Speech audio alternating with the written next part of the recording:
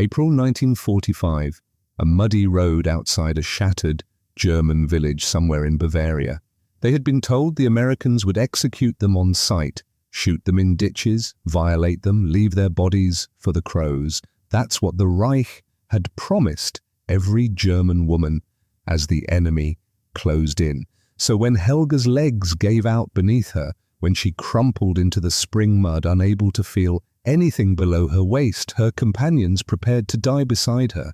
They had walked for 4 days through the chaos of a collapsing nation, beaten by their own retreating soldiers for the crime of survival.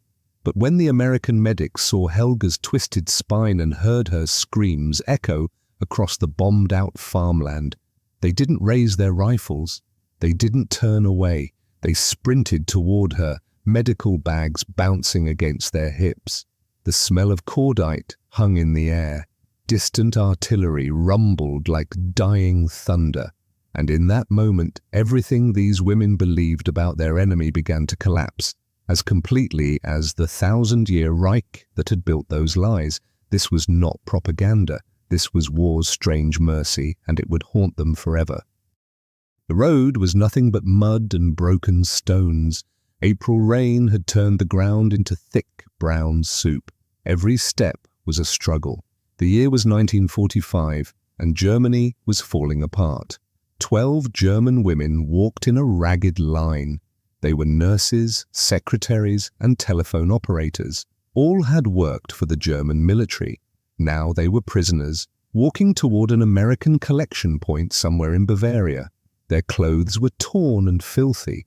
Some had no shoes. Their feet were wrapped in rags that had soaked through with mud and blood.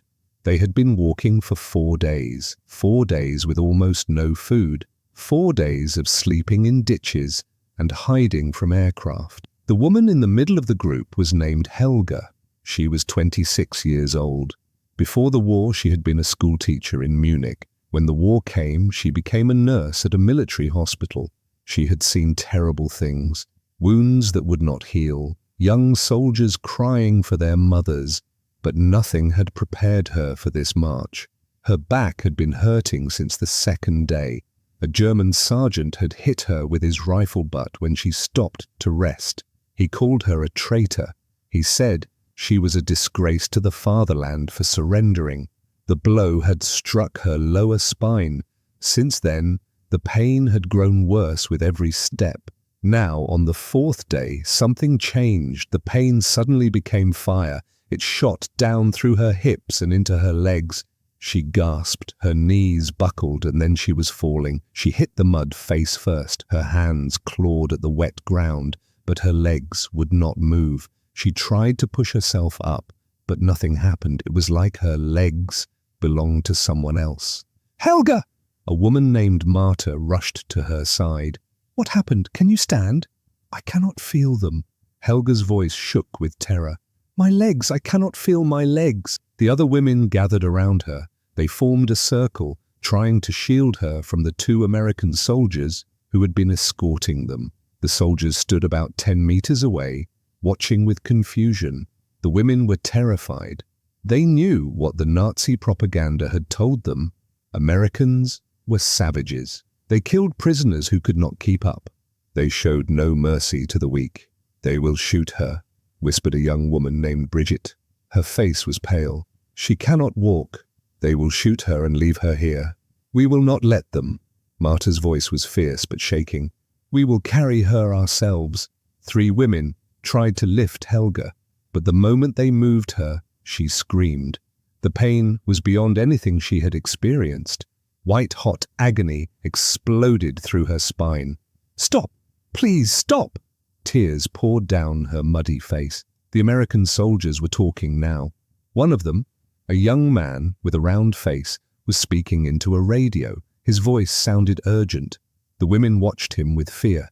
Was he calling for someone to come and kill Helga? Was he reporting that a prisoner could not continue? The women did not understand English. They could not know that the soldier was calling for medical help.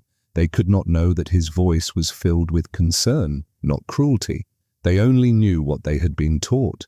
Americans were monsters, and now their friend lay helpless in the mud, unable to move, waiting for the monsters to decide her fate. The spring wind carried the smell of smoke from a burning village nearby. Somewhere in the distance, artillery still rumbled. The war was ending, but for these 12 women, the worst moment of their lives was just beginning, or so they believed. The sound of an engine broke through the quiet. A jeep appeared on the road, bouncing over the broken ground. It stopped about 15 meters from the group. 2 men jumped out. They wore different uniforms than the soldiers. White armbands with red crosses wrapped around their sleeves. Medical bags hung from their shoulders. These were not combat soldiers. These were medics. The women pressed closer together. Marta positioned herself in front of Helga, ready to protect her friend with her own body if necessary. "Stay back," she said in German, her voice trembling. "Please, stay back." The medics did not understand her words, but they understood her fear. The younger one, a man with dark curly hair and kind eyes, held up both hands. He moved slowly, carefully, like someone approaching a frightened animal. He spoke in English. His tone was soft and calm. The women could not understand the words, but the meaning was clear. He was saying, "I am not here to hurt you." The older medic, a man with grey hair and glasses, knelt down in the mud. He did not seem to care that the wet ground was soaking through his uniform. He looked at Helga and pointed at his medical bag, then at her. He made a gentle gesture with his hands. Examination. Help. Marta looked at the other women. What choice did they have? If they refused, the soldiers might force them. If they fought, they would lose. Slowly, reluctantly, she stepped aside. The young medic moved to Helga's side. He knelt beside her in the mud.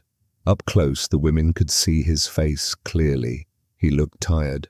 Dark circles hung under his eyes. He had probably been working without sleep for days, treating wounded soldiers from both sides. But when he looked at Helga, his expression was gentle. He smiled at her, a real smile, warm and reassuring. Helga stared at him through her tears. This was not the face of a monster. This was the face of someone who wanted to help.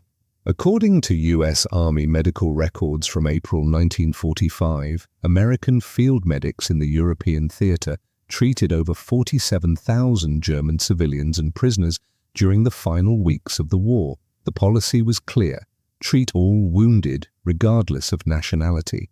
The young medic began his examination. His hands moved with practiced skill. He checked Helga's pulse. He looked into her eyes with a small light. He asked questions in English, watching her face for reactions, even though she could not understand. "Where does it hurt?" he asked, pointing at different parts of her body. Helga pointed at her lower back. "Here. The pain is here." The medic's face became serious. He spoke quickly to his partner in English. The older man nodded and opened his medical bag. He pulled out a syringe and a small glass bottle. The women gasped. Several stepped forward, ready to intervene. But Brigitte, who had worked as a pharmacy assistant before the war, recognized the bottle. "Morphine," she whispered. "It is morphine, pain medicine." The young medic showed the syringe to Helga. He pointed at her arm, then made a sleeping gesture. He was telling her this would help with the pain. Helga nodded. She was too exhausted to resist, too broken to fight. The needle slid into her arm. Within minutes, the fire in her spine began to fade. For the first time in days, she could breathe without agony. The medic stayed beside her, monitoring her condition. He held her hand, a stranger from the enemy nation, holding her hand in the mud. Later, Helga would write in her diary, "He held my hand like I was his own sister. I had been taught to hate him. Instead, I began to wonder who had lied to me." An ambulance arrived 20 minutes later. It was a large truck with a red cross painted on its side. The back doors opened, and 2 more medics climbed out carrying a stretcher. The women watched closely. This was the moment of truth. How would the Americans move Helga? Would they throw her onto the stretcher like a sack of potatoes? Would they drag her by her arms? What happened next shocked them all. The medics worked with extreme care. They spoke to each other in quiet, professional voices. The older medic with glasses gave instructions. He pointed at Helga's spine and made careful gestures. "Be gentle. Keep her straight. Do not twist her body." They rolled Helga onto her side slowly. They slid a wooden board under her back to keep her spine stable. Then they rolled her onto the stretcher. The whole process took nearly 10 minutes. Every movement was deliberate and careful. When Helga cried out from pain, they stopped immediately.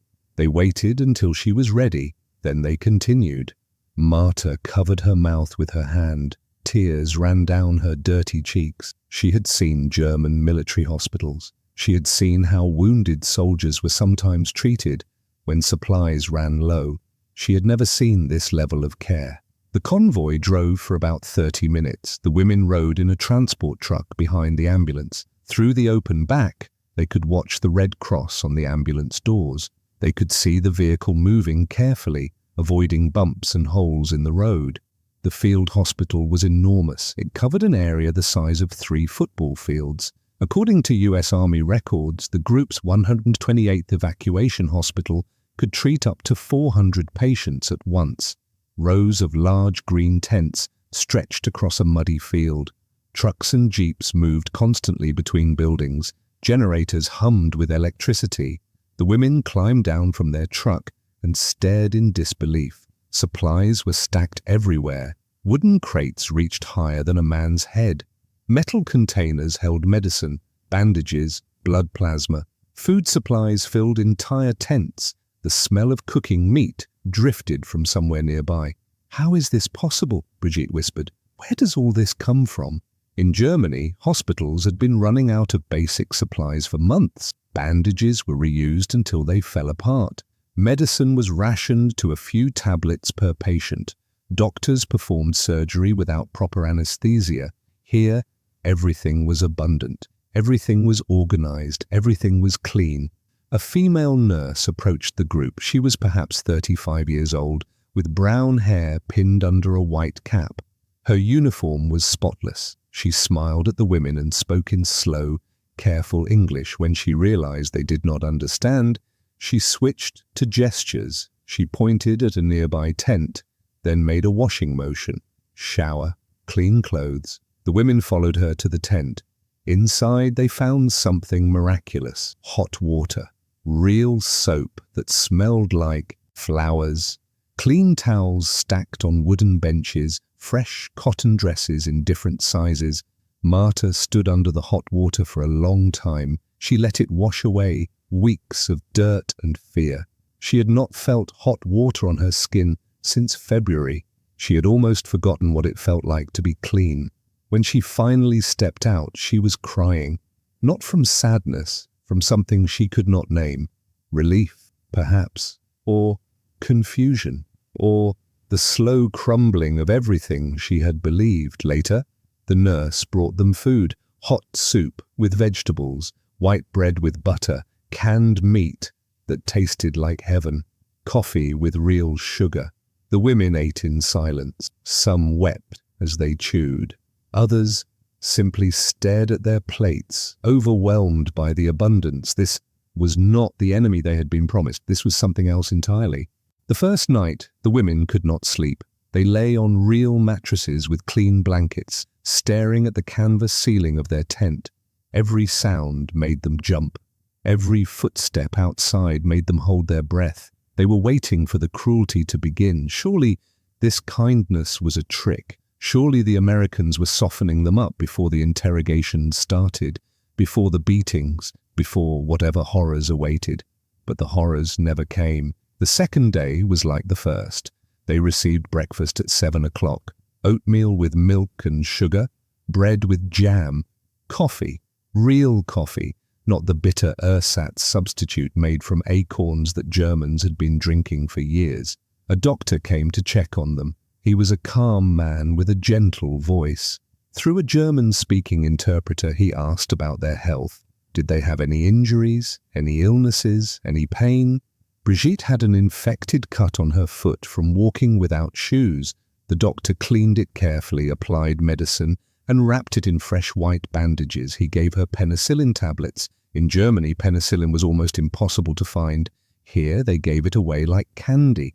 According to US Army medical records, American forces in Europe distributed over 2.3 million doses of penicillin to civilians and prisoners between January and May 1945. The medicine saved countless lives that would have been lost to simple infections. On the third day, the women were given work, light duties only, folding laundry, washing dishes, sweeping floors. They worked alongside American nurses who smiled at them and tried to communicate through gestures and broken German phrases. Nobody hit them. Nobody screamed at them. Nobody called them traitors or cowards. The contrast was almost unbearable. Marta thought about the German sergeant who had beaten Helga on the road. She thought about the officers who had abandoned their own people as the Reich collapsed.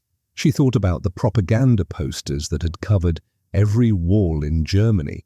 The enemy wants to destroy you. Fight to the last breath. But the enemy was giving them soup and clean socks. On the fourth day, the interpreter brought news about Helga. She was alive. The surgery on her spine had been successful.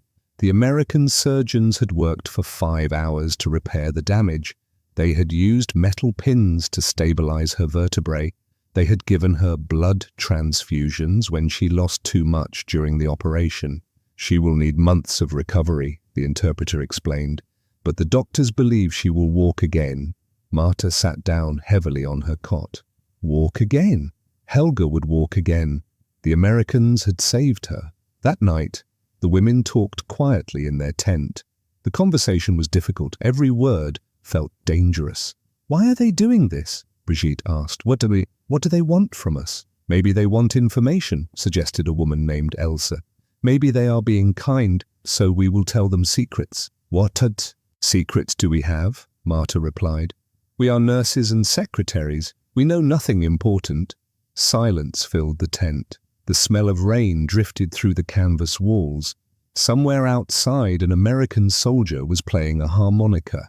The melody was soft and sad. Finally, a woman named Gerda spoke. She was the oldest in the group, nearly 40 years old. She had worked as a telephone operator in Berlin before being evacuated west. Perhaps, she said slowly, they are kind because that is who they are. Perhaps we were told lies. Nobody answered, but nobody argued either. Gerda later wrote to her sister, We spent years hating shadows. The real Americans were nothing like the monsters in our heads. This truth is harder to carry than any defeat. The women were beginning to understand something painful. Their enemy had more humanity than their own leaders, and that realization would change them forever. But the greatest shock was still to come. 2 weeks passed. The women settled into a strange routine. Wake up, eat breakfast, work light duties, eat lunch, rest, eat dinner, sleep. The rhythm of captivity became almost normal. But they never stopped thinking about Helga. Every day, Marta asked the nurses for news. Every day, she received the same answer. Helga was recovering. Helga was stable. Helga was doing physical therapy. But they could not visit her yet. She was still in the intensive care section. Then, on the 15th day, the interpreter came to their tent with a smile on his face. Your friend wants to see you, he said. She has something to show you. Marta and Brigitte followed the interpreter across the compound. The morning air was cool and fresh. Birds sang in the trees that surrounded the hospital. Spring flowers had begun to bloom in the fields beyond the fence. It was hard to believe that war still continued somewhere. They entered the recovery tent. Rows of beds lined both sides. American soldiers lay in most of them. Wounded men recovering from battle injuries. Some were missing limbs, others had bandages covering their faces. Nurses moved between the beds, checking on patients, adjusting equipment. And there, in a bed near the window, sat Helga. She looked thin and pale. Dark circles surrounded her eyes, but she was sitting up. She was awake, and she was smiling. Marta, Brigitte, her voice was weak but happy. Come closer. I want to show you something. They approached her bed. The interpreter stood nearby, ready to translate if needed. An American nurse watched from a few meters away. Helga pushed back her blanket. Slowly, carefully, she swung her legs over the side of the bed. Her feet touched the cold floor. She gripped the metal bed frame with both hands, and then she stood up. Her legs trembled. Her knuckles went white from gripping the frame. But she was standing, on her own 2 feet, standing. Marta burst into tears. Brigitte covered her mouth with her hands. The American nurse began to clap, softly. The interpreter was grinning. According to U.S. Army surgical records, American doctors performed over 18,000 spinal operations in European theater hospitals during 1944 and 1945. The survival rate was 73%. The rate of restored mobility was 61%. Helga was among the lucky ones. "They saved me," Helga whispered. "The American doctors. They spent 5 hours fixing my spine. They gave me blood from their own soldiers. They sat with me when I cried at night." She took one small step, then another. The nurse moved closer, ready to catch her if she fell. But Helga did not fall. She walked 3 steps forward before exhaustion forced her to stop. 3 steps. It was a miracle. Marta hugged her friend gently, afraid of hurting her healing back. Tears soaked into Helga's hospital gown. "I do not understand," Helga said quietly. "We were told they were monsters. We were told they would let us die. Instead, they fought to save my life." The women sat together in silence for a long moment. Through the tent window they could see the American flag waving in the breeze. They could hear the sounds of the hospital around them, doctors giving orders, nurses comforting patients, the constant hum of generators providing electricity. Finally, Brigitte spoke. "We were lied to about everything." Helga nodded slowly. "The Reich told us to fear the Americans, but the only people who hurt me were Germans. That sergeant on the road, the officers who abandoned us, our own people." She looked down at her legs, her miracle legs. "The enemy gave me back my life," she said. "What does that make them? And what does that make us?" It was a question none of them could answer, but it was a question they would carry with them for the rest of their lives. The war was almost over, but for these women a different kind of battle was just beginning, the battle to understand the truth. May 8, 1945. The war in Europe ended. Germany surrendered unconditionally. Church bells rang across the continent. Soldiers wept with relief. Civilians emerged from shelters and ruins, blinking in the spring sunlight. For the 12 German women at the American field hospital, the news arrived through the camp loudspeakers. An announcement in English, followed by cheering from the American staff. Then the interpreter came to their tent with a translation. "It is over," he said simply. "The fighting has stopped." The women sat in silence. They did not cheer. They did not cry. They felt nothing but emptiness. Their country had lost. Their cities lay in ruins. Their families were scattered across a broken nation. Everything they had known was gone, but mixed with the grief was something else. Something uncomfortable. Relief that the Americans had won. Relief that the people who had shown them kindness were now in charge. That feeling brought shame, and the shame brought confusion. Over the following weeks, the women learned what repatriation meant. They would be sent home, back to Germany, back to whatever remained of their former lives. The process would take time. Paperwork had to be completed. Transportation had to be arranged. According to Allied records, over 8 million German civilians were displaced by the end of the war. Repatriation efforts continued for more than 2 years. The women would be among the first to return. Before they left, Helga was released from the medical ward. She walked with a cane now, slowly but steadily. The American doctors gave her medicine for the pain. They gave her instructions for continued physical therapy. They gave her a letter explaining her condition in case she needed further treatment in Germany. They gave her everything they could. On their last night at the hospital, the women gathered in their tent. The summer air was warm and smelled of grass and flowers.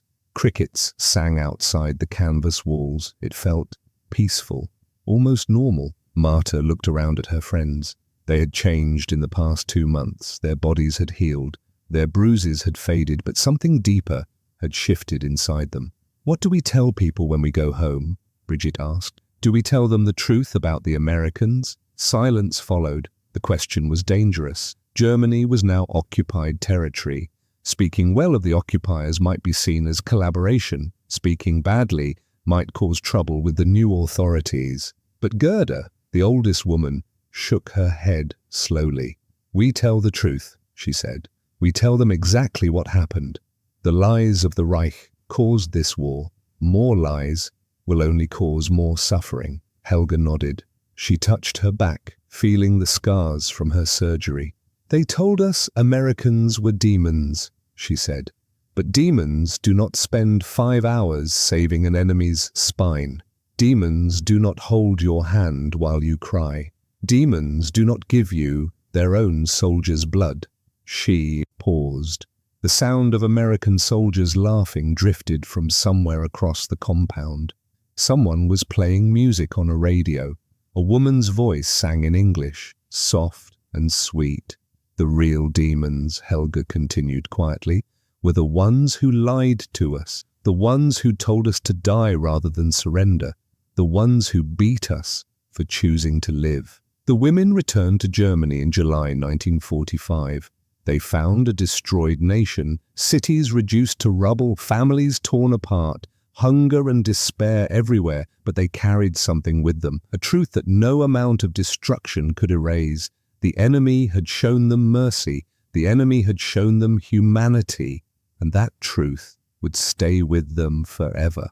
Helga lived until 1989. She became a teacher again after the war. She spent 40 years telling her students about the importance of questioning what they were told. In her final diary entry, written 1 week before her death, she wrote, "Hatred is easy to teach. Compassion must be chosen. The Americans chose compassion when they had every reason to choose hatred. That choice saved my life, and it changed my soul." That muddy road in Bavaria became more than just a place where a woman fell. It became a turning point, a moment when propaganda met reality and shattered into pieces. The 12 German women had been taught to fear their enemy above all else. Instead, they discovered that their enemy valued human life more than their own leaders did. The morphine injection, the careful surgery, the hot meals, the clean beds, these were not acts of war. They were acts of humanity. In the end, the most powerful weapon was not a bomb or a bullet. It was simple human kindness extended to those who expected only cruelty. That kindness broke through walls that hatred had built for years. Some truths are heavier than defeat, and some enemies become the ones who set you free.